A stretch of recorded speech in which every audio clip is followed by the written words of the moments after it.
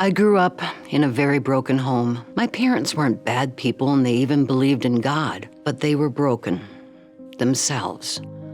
And broken meant violence, mostly towards each other, but many times I was caught in the crossfire. My mother went through multiple marriages and insisted that I live with her through them all. She took her brokenness into each of her marriages, and she also took it out on me sometimes. It was physical punishment, but mostly it was mental, and I was constantly told to be ashamed or that I wasn't good enough because I didn't come to my mother's rescue or that I didn't protect her from her perceived infractions. I never felt good enough.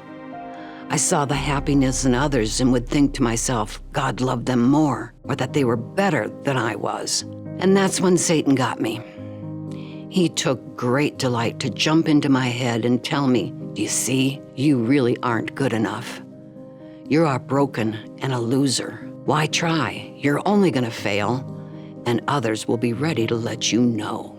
This whole mindset paralyzed me, and I withdrew into myself, put a cocoon around my heart, trying so very hard not to let anyone hurt me anymore. I'd always believed in God, but didn't believe that I was good enough for Him. I felt life here was just a continual test of trying to be good enough or perfect.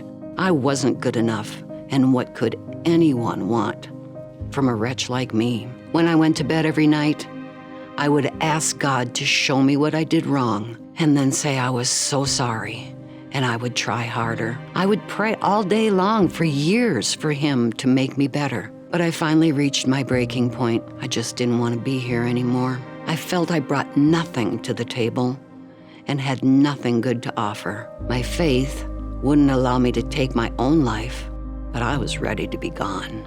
So why my faith story? What changed? God came to me and led me to the church here, and I felt God nudging me through each of the teachings and hearing about Hope Christian Counseling.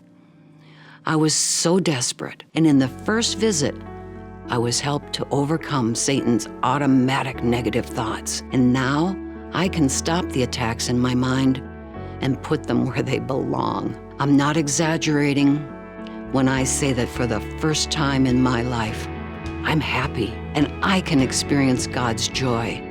He doesn't hold my mistakes against me. He celebrates my heart and that I continue to try. He made me.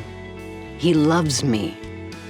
And in Him, I'm good enough. And I love the cross because the way He chose to die tells me, this is how much I love you.